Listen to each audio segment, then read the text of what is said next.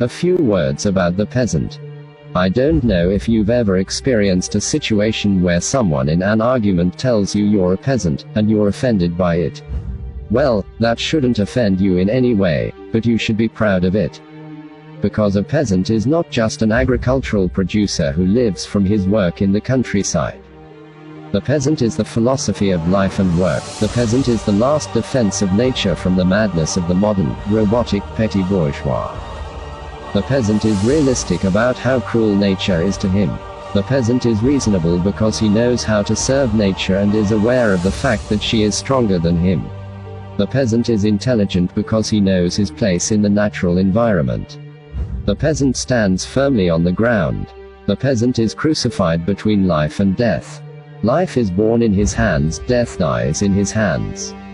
From an early age, a peasant learns to create, learns to be useful to himself and the community. He learns to save, he learns to trust only in himself. Is the peasant retiring, on vacation and on sick leave?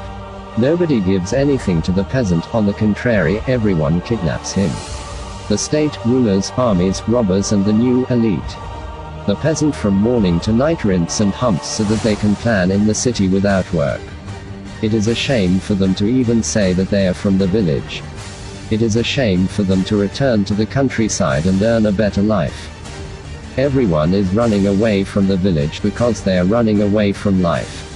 Our villages are dying out, dying along with the nation. Our wells have dried up because there is no one left to drink spring water from them. Citizens unfortunately now drink bottled water full of chemicals. The peasant is beaten by everything: rain, snow, sun, wind, city and state. The state beats him the most. They skinned his aged skin. He can't take it anymore, but he's silent, because what else is left for him but to grit his teeth, suffer and be silent. The peasant would scream in pain, but no one wants to hear him. Nor are they interested in hearing it. It is only important that food arrives in the city regularly. If, on Sunday afternoon and evening, food was confiscated from portapacks at toll booths to enter Zagreb, Belgrade or Sarajevo, a revolution would break out in the city in a few days. And thus, the peasant ensures social peace to the parasites in the city, who vote for the sold government, which kills the peasant with its policy. The peasant has learned to die for the state, he knows how to defend his house and family. The peasant has defeated all previous empires. And Roman and Byzantine and Ottoman and Venetian and Austro-Hungarian and Nazi. He won because he was not allowed to lose and disappear in his own defeat. The peasant experienced being praised, exalted, decorated and admired in the war. But they now despise that same peasant in peace, turn their heads away from him and peel his peasant skin. If a peasant ran your country, you would be the richest country in the world.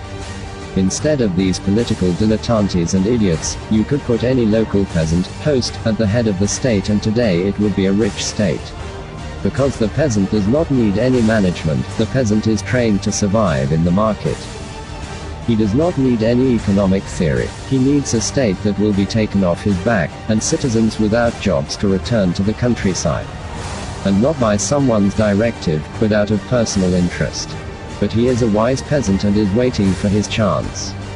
Because when there is a financial meltdown, the citizens will have to turn to the village, hunger will simply force them to do so. I hope this situation with the crown has sobered you up. Special thanks to Mr. Michael Paulson, whose text I just read.